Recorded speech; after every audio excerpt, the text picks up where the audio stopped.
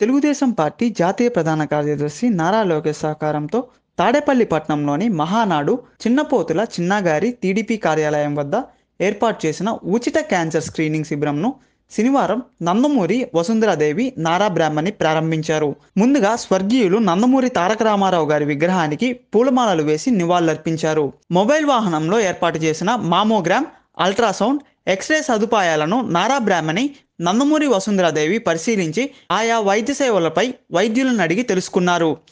Basavatarakam Indo American cancer hospital and research institute నుంచి వచ్చిన అత్యుత్తమైన వైద్యుల పర్యవేక్షణలో ఉచిత క్యాన్సర్ స్క్రీనింగ్ శిబిరాన్ని ఏర్పాటు చేశారు.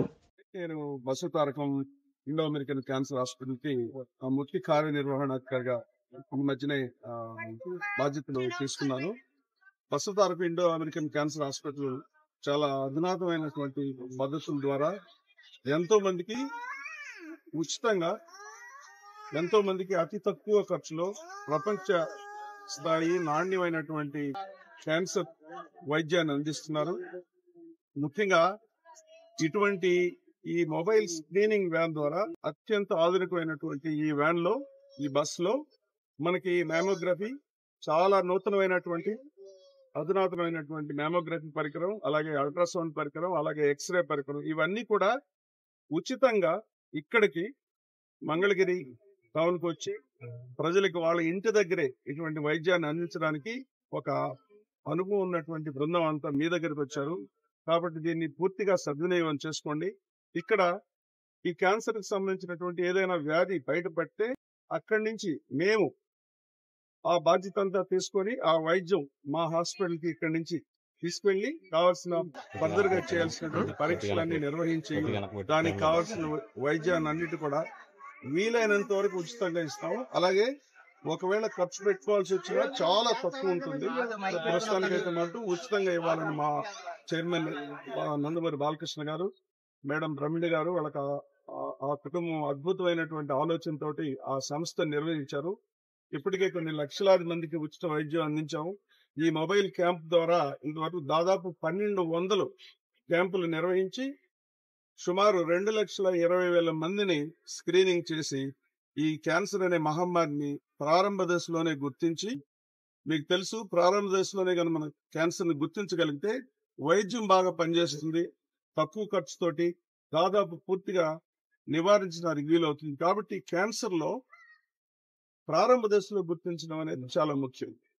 ఈ మొబైల్ వ్యాన్ ద్వారా ఎవరికైనా స్క్రీనింగ్ టెస్టులు చేయడం, డాక్టర్ల చేత పరీక్షలు చేయడమే కాకుండా క్యాన్సర్ ని మొదట్లో గుర్తించడానికి కావాల్సిన సమాచారాన్ని కూడా మా వాళ్ళు చిన్న కరపత్రాల ద్వారా ఇక్కడ అందిస్తున్నారు. అలాగే మీరు వ్యాన్ మీద కొన్ని టీవీ ద్వారా కొన్ని కార్యక్రమాలు కూడా మీరందరూ కూడా వీక్షించుకొని దీని గురించి అవగాహన పెంచుకున్నట్లయితే, మీరు పెంచుకొని మీకు తెలిసిన వాళ్ళకి కూడా చెప్పగలిగినట్లయితే ఈ భయంకరమైన వ్యాధిని మనం అర్లీ స్టేజ్ లో గుర్తించి దాన్ని విజయవంతంగా నయం చేసుకోవచ్చు. కాబట్టి నా మనవి, మంగళగిరి ప్రాంత వాసులందరూ కూడా ఈ అద్భుతమైనటువంటి అవకాశాన్ని సద్వినియోగం చేసుకొని ఉపయోగించుకోగలరని మరొకసారి వినండి. మన నందమూరి తారక రామారావు గారు మనందరినీ ఇన్స్పైర్ చేశారు.